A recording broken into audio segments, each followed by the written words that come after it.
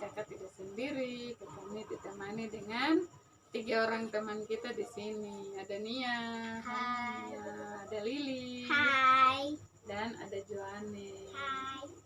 Ya, sore ini kita mau mendengarkan satu firman Tuhan. Sebelum kita mendengarkan firman Tuhan, mari kita berdoa. Semuanya lipat tangan, tutup mata, kita berdoa. Terima kasih Tuhan Yesus, kami mengucap syukur kesempatan saat ini kami mau mendengar lagi tentang cerita firman Tuhan. Berkati kami supaya firman yang kami dengar boleh menjadi berkat dalam kehidupan kami. Di dalam nama Yesus kami berdoa. Haleluya. Amin. Ya, mari kita sama-sama buka dalam Alkitab kita di Perjanjian Lama, di kitab 1 Raja-Raja, pasalnya yang ke-17, ayat 1 hingga ayatnya yang ke-6. Silakan Joanne, kita akan baca perikopnya sama-sama. Nanti kakak baca ayat 1-2, Joanne 3-4, Nia 5-6 ya. Kita baca duluan sama-sama. 1, 2, 3. Elia di tepi sungai Kerit. Lalu berkatalah Elia orang Tisbe dari Tisbe Gilead kepada Ahab, demi Tuhan yang hidup, Allah Israel yang kulayani, sesungguhnya tidak akan ada embun atau hujan pada tahun-tahun ini, kecuali kalau kukatakan. Kemudian datanglah firman Tuhan kepadanya. Pergilah dari sini, berjalan ke timur dan bersembunyilah di tepi sungai Kerit, di sebelah timur sungai Yordan. Engkau dapat minum dan dari sungai itu, dan burung-burung gagak telah aku perintahkan untuk memberi makan engkau di sana. Lalu ia pergi dan ia melakukan seperti firman Tuhan.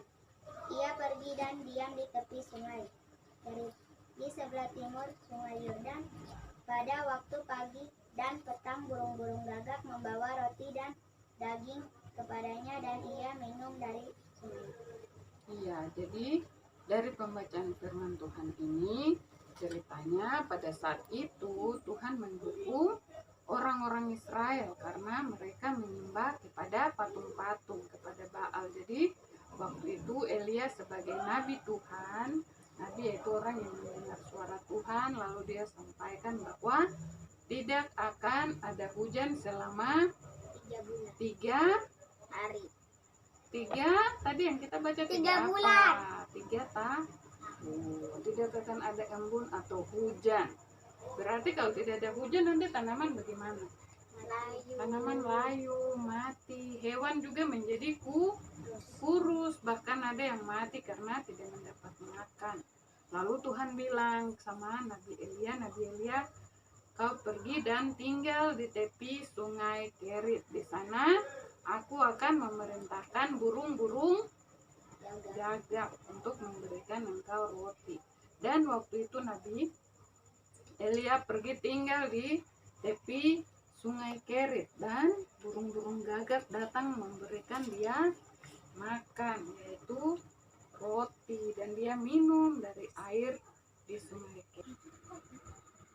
Gambar bagaimana Kerit dan burung-burung gagak datang membawa roti untuk memberi makan Nabi Elia. Nah adik-adik, burung-burung gagak ini burung-burung yang sifatnya rakus. Jadi kalau dia punya makanan, dia tidak mau berbagi sama teman-temannya yang lain. Burung-burung gagak yang lain dia tidak akan berbagi, pasti dia makan sendiri. Tapi kenapa sampai burung gagak ini bisa bawa roti untuk kasih makan Nabi Elia?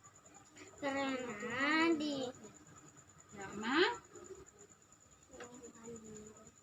siapa yang suruh?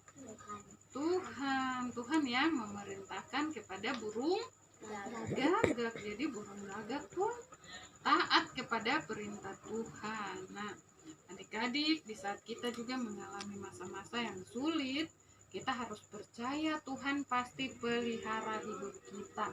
Tuhan pasti memberi kita cukup makan, cukup minum, segala kebutuhan kita pasti Tuhan cukupin. Tuhan cukupi melalui siapa? Melalui siapa yang biasa memberi kita makan? Mama. Tuhan.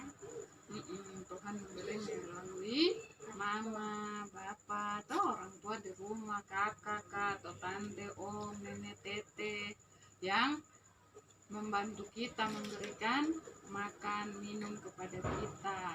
Apapun yang kita alami, kita harus selalu percaya bahwa sebagaimana Tuhan telah menolong Nabi Elia melalui burung gagak, Tuhan juga pasti akan menolong kita, sehingga kita tidak akan mengalami kelaparan atau kesusahan yang lain. Ya, demikian firman Tuhan untuk kita, biarlah menjadi berkat di dalam kehidupan kita. Mari kita sama-sama berdoa, lipat tangannya, tutup mata, kita berdoa kepada Tuhan Yesus.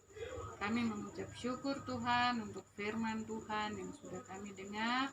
Kami percaya sebagaimana Tuhan telah memelihara kehidupan dari Nabi Elia, Tuhan juga akan melindungi dan memelihara kehidupan kami semua.